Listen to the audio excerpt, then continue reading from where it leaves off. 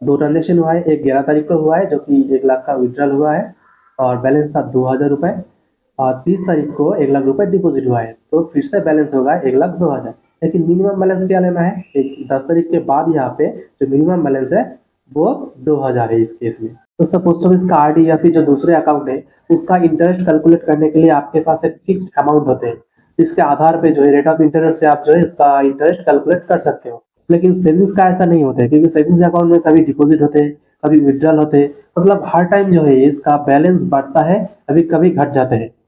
तो इस केस में सेविंग्स का इंटरेस्ट कैसे कैलकुलेट होते हैं, तो आपको शायद पता होगा पोस्ट ऑफिस का जो सेविंग्स अकाउंट है उसका इंटरेस्ट नॉर्मली ऐसे होते हैं कि जो हर महीने का 10 तारीख के बाद का जो मिनिमम बैलेंस होते हैं आपका पोस्ट ऑफिस का अकाउंट में, उसके ऊपर 4% आपको इंटरेस्ट दिया जाता है, और ये मंथली कैलकुलेट होते हैं और जाके एनुअली जो है इस वक्त ये अमाउंट कंपाउंड होते हैं।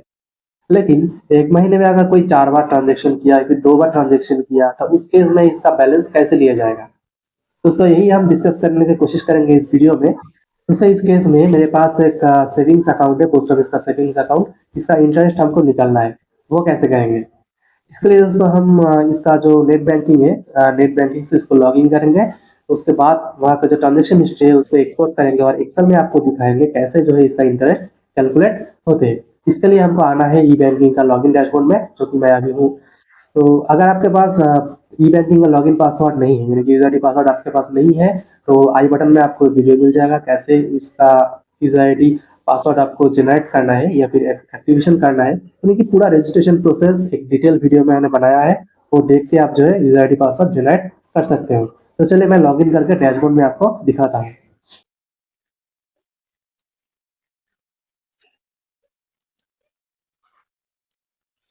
तो मैं अभी हूँ मेरे ई बैंकिंग का लॉगिन डैशबोर्ड में। यहाँ पे जो है आपको नीचे आना है और यहाँ पे आपको मिनी स्टेटमेंट दिखेगा और ट्रांजेक्शन हिस्ट्री दिखेगा, आपको ट्रांजेक्शन हिस्ट्री जनरेट करना है।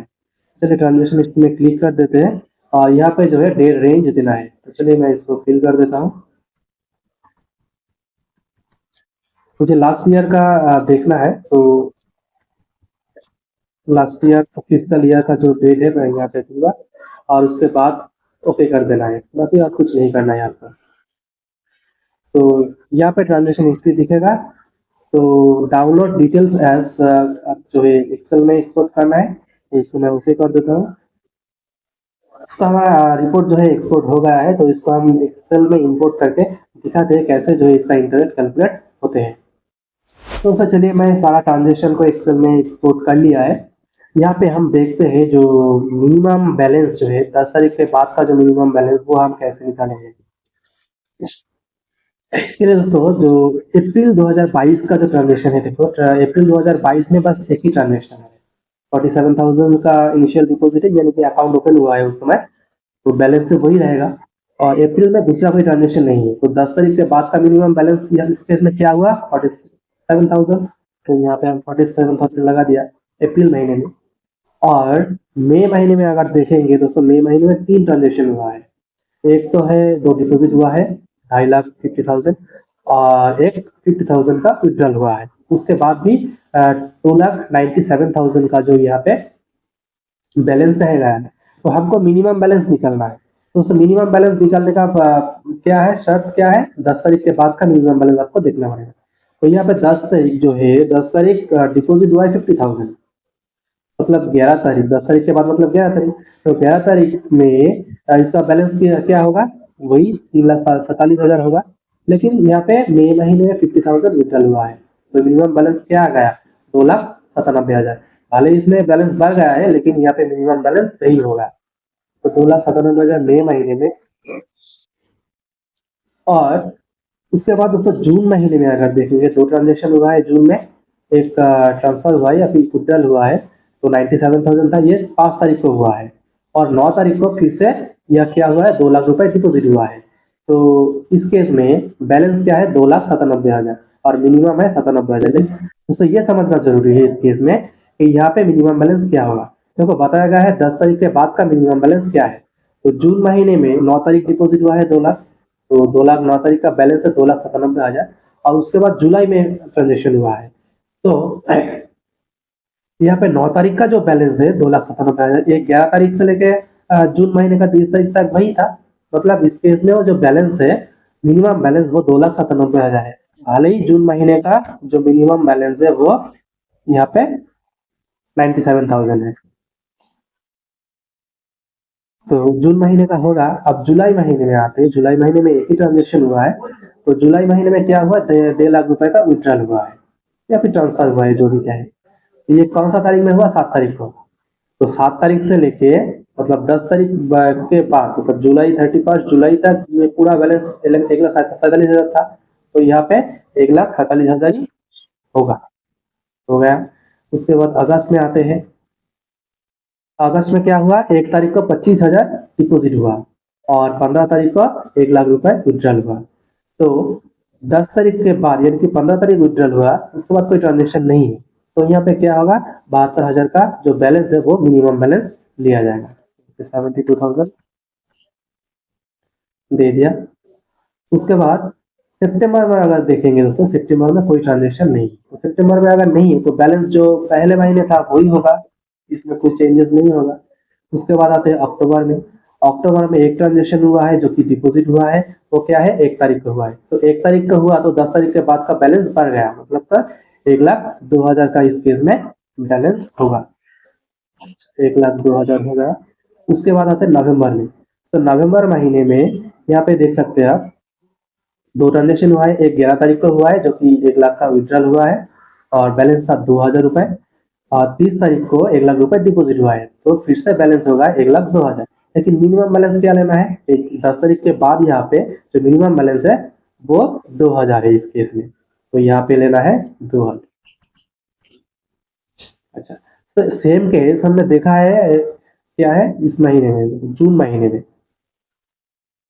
जून महीने में 5 तारीख को 2 लाख रुपए विड्रॉल हुआ, तो 97,000 बैलेंस हो गया। और 9 तारीख को 2 लाख रुपए फिर से डिपोजिट हो गया है, तो बैलेंस हो गया 2,97,000।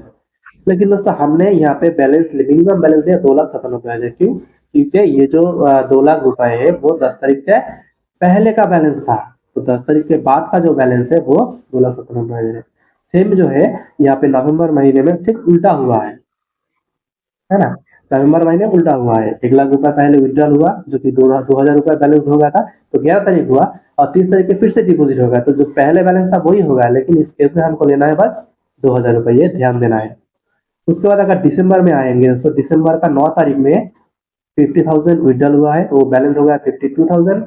क्योंकि और कोई ट्रांजेक्शन नहीं था 9 तारीख के बाद, तो पूरा महीने में इसका बैलेंस 52 ही होगा।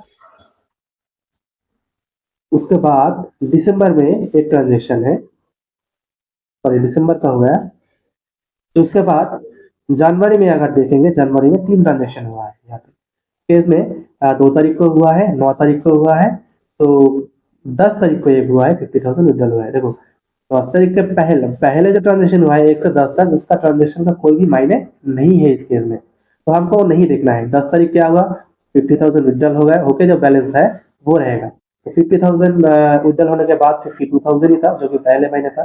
भले ही इस महीने में बैलेंस बढ़ गया, लेकिन इस केस में मिनिमम बैलेंस 52,000 ही होगा। अच्छा, जनवरी होगा। इसके बाद फिर फरवरी में आप देखेंगे, फरवरी में एक ट्रांजेक्शन हुआ है जो कि 10 तारीख हुआ है, फिर से 50,000 विड्रॉल हो गया, तो बैलेंस होगा 2,000।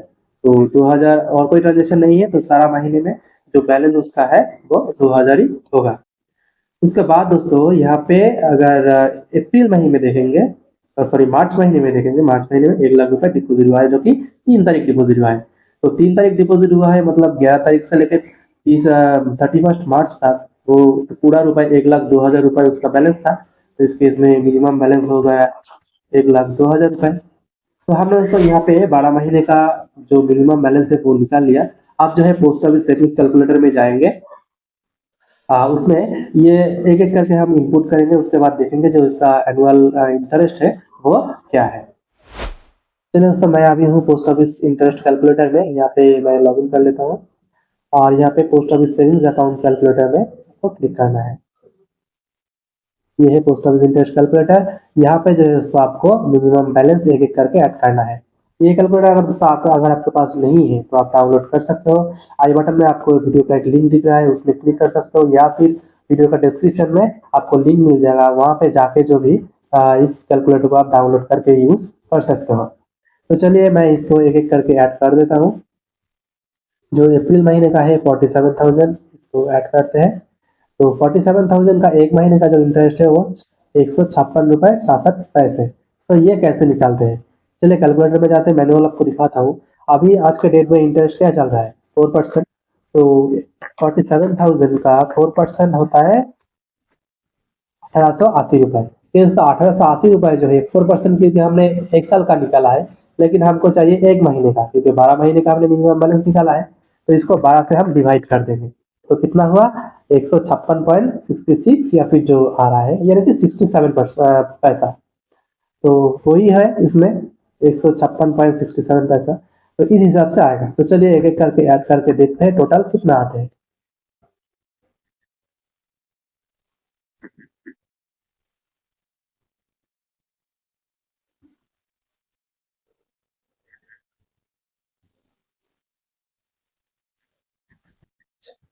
यहाँ पे मार्च महीने का 1,02,000 रुपये एंटर कर दिया।